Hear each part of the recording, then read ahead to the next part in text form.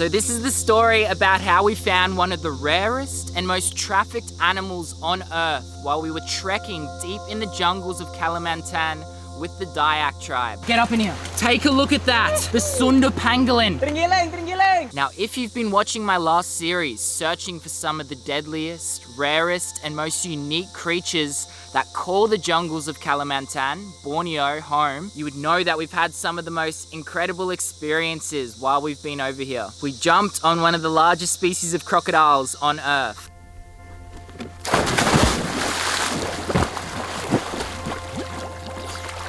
Go ahead. Let's go. We tracked down the largest captive king cobra in this country. You can do it.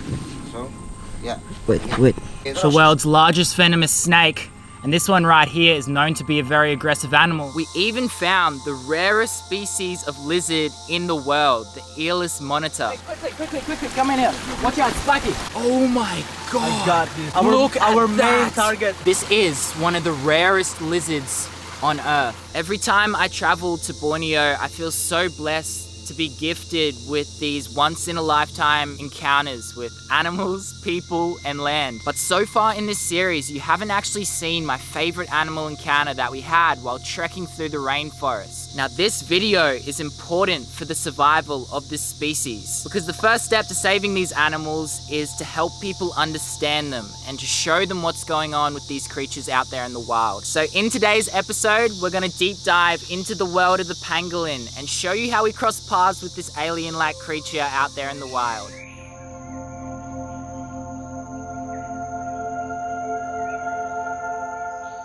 The first time I was introduced to this species was in 2016 when I was 12 years old working with the Bali Reptile Rescue. They had a mother pangolin and her baby that had been rescued from the illegal wildlife trade and were about to be released back out into the wild. Now, this individual pangolin was taken from the wild and was going to be sold for its scales and meat. Its scales being used for medicine that doesn't work. And on top of that, these creatures' forests are being chopped down, especially here in Indonesia, turned into palm oil plantations, which is not viable habitat for all the animals that live here. Now, back when I first saw this creature, I couldn't work out whether it was some sort of reptile or anteater or armadillo, but they're actually mammals, the only mammals to be fully covered in scales. So this was the third day of our trip here in Kalimantan, and we started our trek deep into the jungle looking for animals.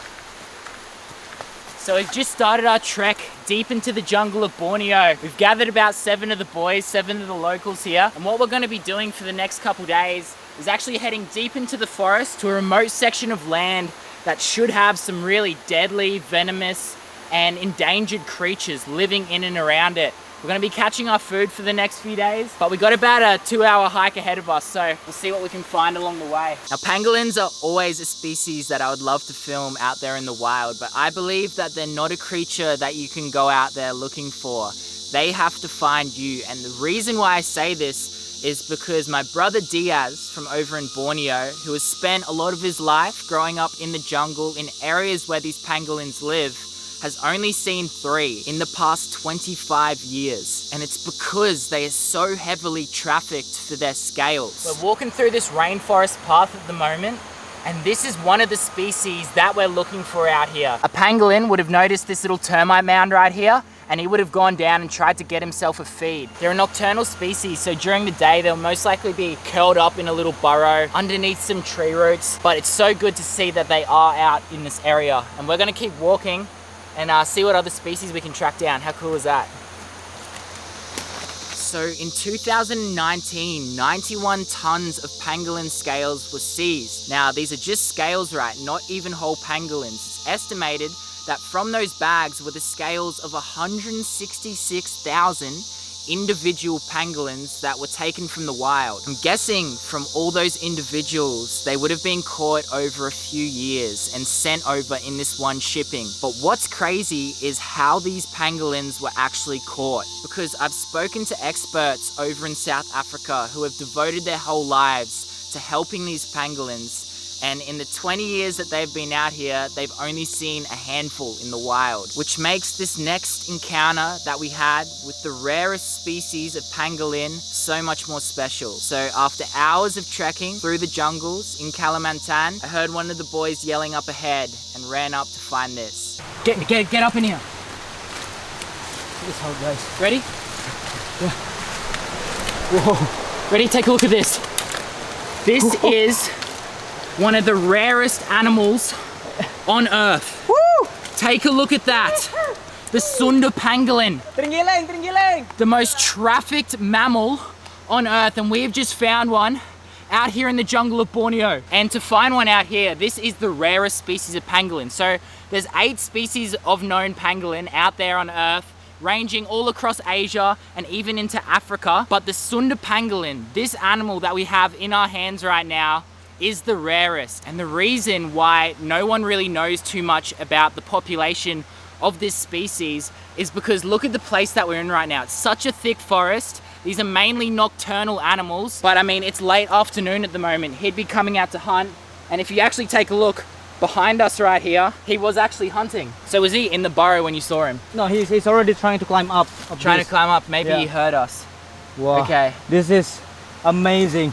This is the 3rd time for me in my life to see this on the wild. To see a pangolin. To see the pangolin. And you've lived in Borneo your whole life. Yeah. It's a beautiful, precious animal, and we want to save this animal. You know, the reason why they're the most trafficked animal on Earth is because of these scales all over their body, and they look like a reptile, don't they? Yeah. They literally look like a dragon. Like a dragon, like a lizard. But sadly for these pangolins, those scales that they have to protect themselves is the same reason why they're the most trafficked animal on Earth, because they're used for medicine. And it's estimated that over the past 10 years, about 1 million individual pangolins were taken from the wild and sold for their scales, which is so sad. But I'm so happy that we found one out here in the jungle, and we get to educate you about this beautiful animal, because I've worked with pangolins since I was about 12 years old, and they're beautiful.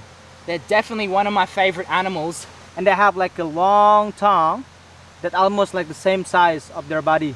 Really? Yeah. Same size of their body? Same size of their body. Long tongue, and then it's very sticky. So they have a sticky saliva to stick the termite larvae. And they love to eat them too. It's funny you say that, because they're similar to the echidnas that we have back in Australia. Yeah. They remind me so much of them. The Sunda pangolin. You're a beautiful little animal. That is so cool. There's a list of things that these scales are said to help with. None of them are true, because matter of fact, these scales that are on this pangolin are made out of the same material that our fingernails are made out of, keratin. They are such an amazing animal, and I think it's so important that we get to share this experience with this pangolin to all of you around the world, because, you know, something that Steve Irwin said to me and has always stuck with me is when people fall in love with an animal, it makes them want to save it. And it's so true. I love pangolins. They're one of my favorite animals. And to find a species out here in the jungle of Borneo that some people believe is going to be extinct in the next 10 years if we don't do anything about it is super special to me. Man, this is get in here, dude. Amazing. Get in here. Amazing moment, even for me, that my whole life I spent in Borneo, and this is the 3rd time for me to see this, to get it on the wild. I rescue it sometimes on the city, while this species trying to go to someone house or someone garage to eat a termite. And people call us to rescue it, and then but man, to see this creature in the wild, it's amazing. It's so special. They're usually active at night, so I think because right now it's almost late afternoon. Afternoon, because so it could be a breakfast for him. To eating the termite right here. First meal of the day. But they also will sit in the bottom of trees, and that's where he would have been sleeping today. In a tree somewhere. Ooh. What should we name him? Pango, maybe? Pango. Pango. Pango. Hello, Pango. Pango. Well, that's so cute. These Dayak people really protect this area. So especially for this animal, it's very sacred animal for them. So do not, like, they're not allowed to kill this animal. Because they will break the rules and they will get a bad karma. They believe in that. on this area, the holy hill. And so these pangolins, they're not an aggressive creature at all. They're out here in the forest minding their own business. And as you saw, when we actually walked past this animal and it was feeding, it started to move away. And when we actually release it in a moment, it will no doubt climb about 20 foot up in a tree. We're just gonna put old Pango down for a moment and crawl with him. Ready? Look at this. Look at this. Are you kidding me? Sadly for you, mate, I put you down and you chose a tree that was way too small.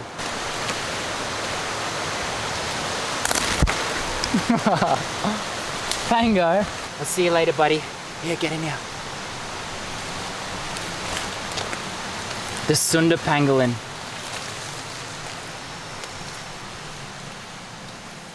Out of the hundreds of animals that I've filmed throughout this year, Pango is no doubt my favorite. Such a sweet energy from this individual, and I'm so happy knowing that he's in a place where he's protected, because nowadays, on average, every 5 minutes, a pangolin is taken from the wild. Have a think about that for a minute. You know, I hate to say it, but there is a possibility that this will be the last Sunda pangolin that I ever see. They are so rare, they are still so heavily persecuted to this day that if we don't do anything about it, this creature will be extinct in our lifetime, and that is not something that we want. One of my favorite quotes from David Attenborough states, "If children grow up not knowing about nature and appreciating it, they will not understand it, and if they don't understand it, they won't protect it, and if they don't protect it, who will?" We're going to save this animal and save these forests. So all that I ask is you inspire those around you to do the same and be mindful of this beautiful place that we live and the beautiful creatures that live within it.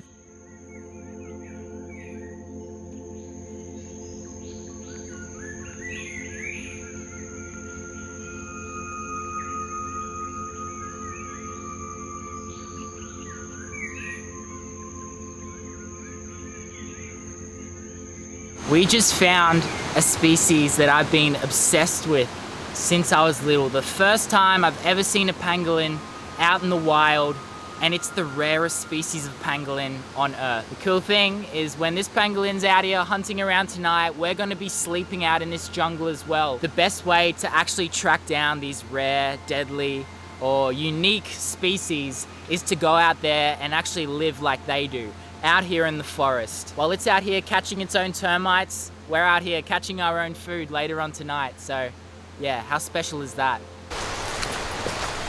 It's a very beautiful rainforest that we're in. Jungle vibes at the moment. You know, you've got bears that live out here in the forest, king cobras, leopard cats, red-headed kraits. Some of the most venomous snakes in the world do live out here, and we're in a very remote place at the moment. So we're gonna have to be very careful. You know, our hike slowed down a bit. We were hoping to get here before it was this dark, but when you find an animal as cool as a pangolin, there's no way that you're not gonna sit with it for a little bit. But this is where we're camping tonight. So that pangolin scratched me up way worse than any echidna or any real animal has ever done before. You know, even the big lace monitors that I used to catch back home, the big goannas, didn't stand a chance on this pangolin. The scratches all over my arm. You know, the good thing about coming out here into the jungle with these local boys is that they know all the bush tucker out here and all the remedies. If you get bitten by certain snakes, what plants to go to.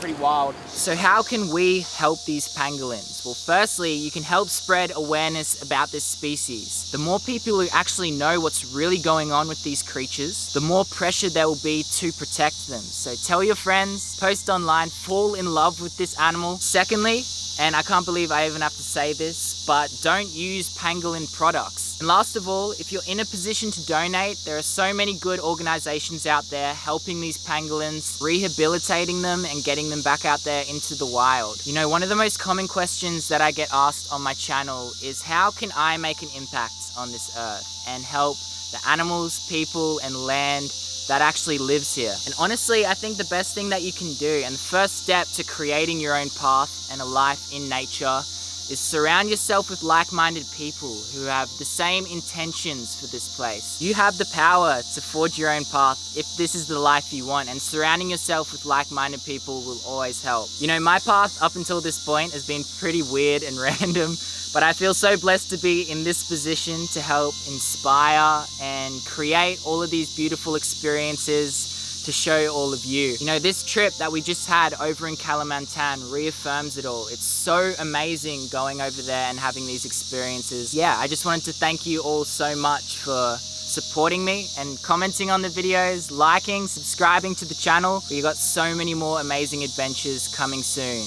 Next up is South Africa. Now, all thanks to you guys, we're able to make a generous donation to help out these pangolins from whatever money is made from this video. And yeah, I just wanted to say thank you so much. I truly appreciate all of your support, and I'll see you all next week in the next adventure. Hope you learned a bit about pangolins today.